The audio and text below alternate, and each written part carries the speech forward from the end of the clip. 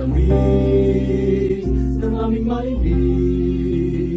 Binihagya ang puso namin at isip. Sa tawag niyang matiyas, damdamin ay natin.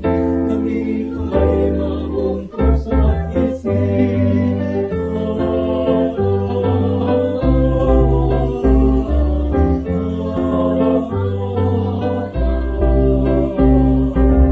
Bagong nawitirin, kayo'y namutangin sa aming mga labi.